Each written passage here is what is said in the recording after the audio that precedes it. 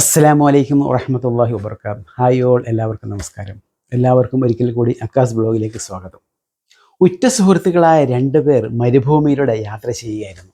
യാത്രക്കിടയിൽ അനിഷ്ടങ്ങൾ ഉണ്ടാവുകയും ഒരാൾ മറ്റൊരാളുടെ മുഖത്തടിക്കുകയും ചെയ്തു. അടികൊണ്ട ആൾ മരുഭൂമിയിലെ മണൽപ്പരപ്പിൽ ഇങ്ങനെ എഴുതി: ഇന്നെൻ്റെ ആത്മസുഹൃത്ത് എൻ്റെ മുഖത്തടിച്ചിരിക്കുന്നു. യാത്ര പിന്നെയും തുടർന്നു. മരുഭൂമിയുടെ അവസാനത്തിലുണ്ടായിരുന്ന ഒരു പാറക്കെട്ടിൽ ഇരുവരും വിശ്രമിക്കാനിരുന്നു. പാറക്കെട്ടിനടുത്ത് ചളിക്കുണ്ടുണ്ടായിരുന്നു. പാറയിൽ നിന്നൊരാൾ വഴുതി ചളിക്കുണ്ടിൽ വീണു. ചളിക്കുണ്ടിൽ മുങ്ങിത്താഴുന്ന തൻ്റെ ആത്മസുഹൃത്തിനെ രണ്ടാമൻ അതിൽ നിന്ന് രക്ഷപ്പെടുത്തി. നേരത്തെ മുഖത്ത് അടി കിട്ടിയതും ഇപ്പോൾ ചളിക്കുഴിയിൽ വീണതും രക്ഷപ്പെട്ടതും ഒരേ ആൾ തന്നെയായിരുന്നു.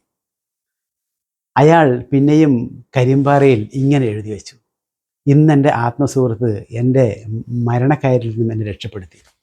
കൂട്ടുകാരൻ ചോദിച്ചു: നേരത്തെ ഞാൻ മുഖത്തടിച്ചപ്പോൾ നീ അത് മണൽപ്പരപ്പിലായിരുന്നു എഴുതിയത്, ഇപ്പോൾ നിന്നെ ഞാൻ രക്ഷിച്ചപ്പോൾ നീ അത് എഴുതിയത് ഒരു കരിമ്പാറയിലാണ്. ഇങ്ങനെ വ്യത്യസ്തമായ സ്ഥലത്ത് എഴുതി വെക്കാൻ കാരണമെന്താണ്? അയാൾ പറഞ്ഞു: മണൽപ്പരപ്പിൽ എഴുതിയത് ക്ഷമയുടെ ഇളം തന്നൽ വരുമ്പോഴേക്കും മാഞ്ഞു പോകും. എന്നാൽ കരിമ്പാറയിൽ എഴുതിയത് നിങ്ങൾ ചെയ്ത നന്മയാണ്. ഏത് കാറ്റിലും കോളിലും പേമാരയിലും മായാത്ത മുദ്രയായി എക്കാലത്തും ഓർക്കാൻ വേണ്ടിയാണത്.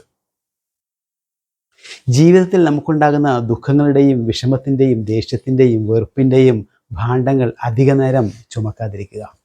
നന്മയുടെയും സ്നേഹത്തിൻ്റെയും സുഹൃതങ്ങൾ ഹൃദയത്തിൻ്റെ അടിത്തട്ടിൽ കരിമ്പാറയിൽ കുത്തിവെക്കുന്നത് പോലെ മുദ്രണം ചെയ്തു വെക്കുക.